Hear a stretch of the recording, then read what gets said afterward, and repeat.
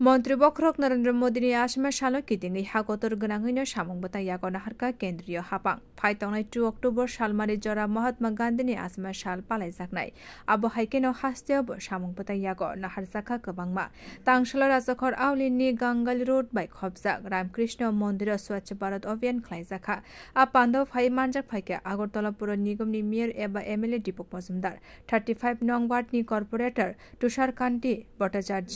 আকর্ষং a pandok kok nargno furo miar saklaike agortala puro nigomni 51 nong ward swachh bharat abhiyan samongbotang khlaijaka a samongbotang cholinai phaitongni 2 october salmani jora tei bufang busa kaimani pandabo songsaboi jakha pandani paithago rungsrungnai rokni yago manei rokbo yafre rimani nukjakha যে আমাদের আগরতলা পৌর নিগমের যে এই কর্মসূচি নেওয়া হয়েছে তারা 51টা ওয়ার্ডে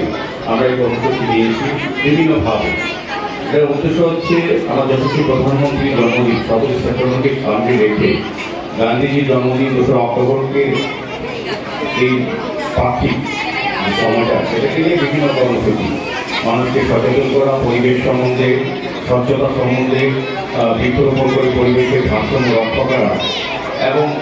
বিভিন্ন কর্মসূচির মাধ্যমে মানুষের কাছে পৌঁছা দেওয়া। আমাদের কেন্দ্রীয় সরকারের বিভিন্ন প্রকল্পের সুযোগ সুবিধা, আমাদের রাজ্য সরকারের বিভিন্ন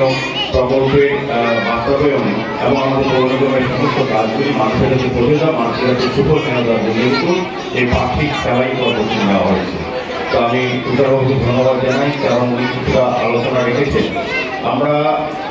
আগরতলাকে নতুনভাবে সাজিয়ে তোলার চেষ্টা করছি আমাদের রাজ্য সরকার এবং কেন্দ্রীয় সরকারের সহযোগিতা। রিপোর্ট